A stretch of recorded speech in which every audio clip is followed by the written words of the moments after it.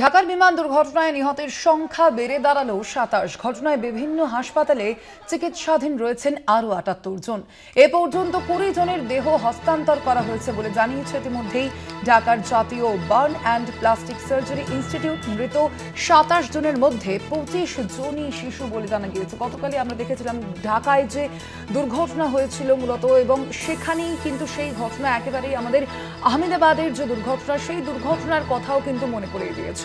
এবং ঢাকার যে এই ঘটনা, সেই ঘটনায় এখনো পর্যন্ত যেমনটা জানা যাচ্ছে ইতিমধ্যেই যে ঢাকার এই ঘটনায় ইতিমধ্যেই কিন্তু যেমনটা জানানো হয়েছে, ঢাকার বিমান দুর্ঘটনায় নিহতের সংখ্যা বেড়ে দাঁড়িয়েছে ২৭ এবং আশঙ্কা করা হচ্ছে সেই সংখ্যা আরও বৃদ্ধি পেতে পারে। ঘটনায় বিভিন্ন হাসপাতালে চিকিৎসাধীন রয়েছেন আরও ৭৮ জন। এই ঘটনায় এখনো পর্যন্ত যেমনটা জানা যাচ্ছে, আপনাদের জানিয়ে রাখি, মৃতের সংখ্যা বেড়ে দাঁড়িয়েছে ২৭ জন এবং এই ২৭ জনের মধ্যে ২৫ জনই শিশু। আপনাদের জানিয়ে রাখি, বাকি দুজন বিমানটির পাইলট ও স্কুলের এক শিক্ষিকা। গতকালের এই ঢাকার ঘটনা এবং সেই ঘটনায় নিহতের সংখ্যা ক্রমশই বাড়ছে। আমরা কথা বলবো এ নিয়ে। ফোনে রয়েছেন আমাদের ঢাকার প্রতিনিধি শাহিদুল হাসান। শাহিদুল, কি জানা যাচ্ছে এখনো পর্যন্ত এই ঘটনা সম্পর্কে, কি আপডেট রয়েছে?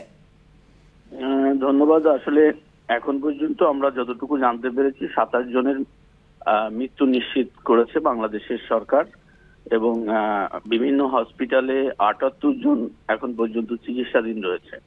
এর মধ্যে ২০ জনের মরদেহ হস্তান্তর করা হয়েছে তাদের পরিবারের কাছে, আর ৬ জনকে এখনো আইডেন্টিফাই করা যায়নি আসলে তারা কারা, কারণ অধিকাংশ লাশই একদমই পুড়ে গেছে, যেটি মানে চেহারা বা চেনার মতো কোনো উপায় নেই। আর এখানে আরেকটি ব্যাপার হচ্ছে যে গতকালকেই আমরা জানিয়েছিলাম যে বাংলাদেশের যিনি ফ্লাইট ইয়েটি অপারেট করছিলেন, যুদ্ধ বিমানটি, সেই পাইলটও মারা গেছেন ওখানকার সিএমএইচ এ, এবং গতকাল থেকে যে উদ্ধার অভিযান সেটি কিন্তু এখন পর্যন্ত অব্যাহত রয়েছে। আর এখানে ঢাকার হসপিটালগুলোতে মানুষের আহাজারি এখন চলছে। এখন পর্যন্ত এখানে রক্তের প্রয়োজন, প্রচুর রক্তের প্রয়োজন হচ্ছে, সেটি সংকলন করা খুবই টাফ হয়ে যাচ্ছে মানুষের জন্য। আর বেসিক্যালি বাংলাদেশের সমস্ত হসপিটালগুলোতে burn and plastic surgery unit না থাকায় পরিস্থিতি আরো অনেকটা বেগতিক হয়ে যাচ্ছে। এদেরকে চিকিৎসা দিতে ডাক্তাররা হিমশিম খাচ্ছে।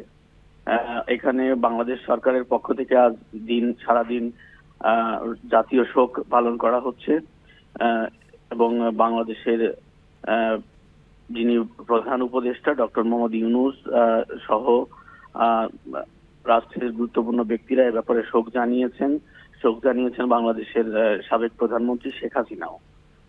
এই ছিল মোটামুটি আপডেট। একেবারে ধন্যবাদ তোমায়। আমরা কথা বলছিলাম, আমাদের সঙ্গে ফোন লাইনে ছিলেন ঢাকার প্রতিনিধি শাহিদুল হাসান।